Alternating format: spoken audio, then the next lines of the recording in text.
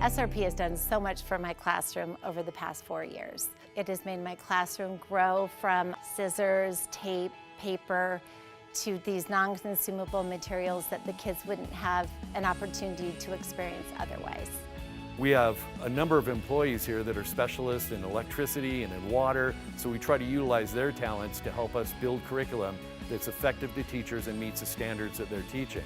Working at the Department of Education, I see SRP as one of those stakeholders that's really valuable to our community. There's many different opportunities for teachers to really engage in science and bringing in that STEM to their classroom. When I first started teaching STEM, a fellow STEM teacher told me about SRP workshops. 4 hours of hands-on activities. The lessons that SRP provides are amazing. The SRP Learning Grant is something that teachers are able to submit an application. I've had my eye on these Dash robots. So I submitted a grant and was thrilled to receive that. The kids loved them, and 4 years later, I'm still using those kits today.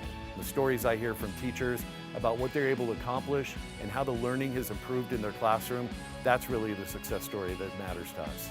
It's just amazing to see that they're able to start these skills at a young age. It just touches their imaginations, their knowledge is just unbelievable.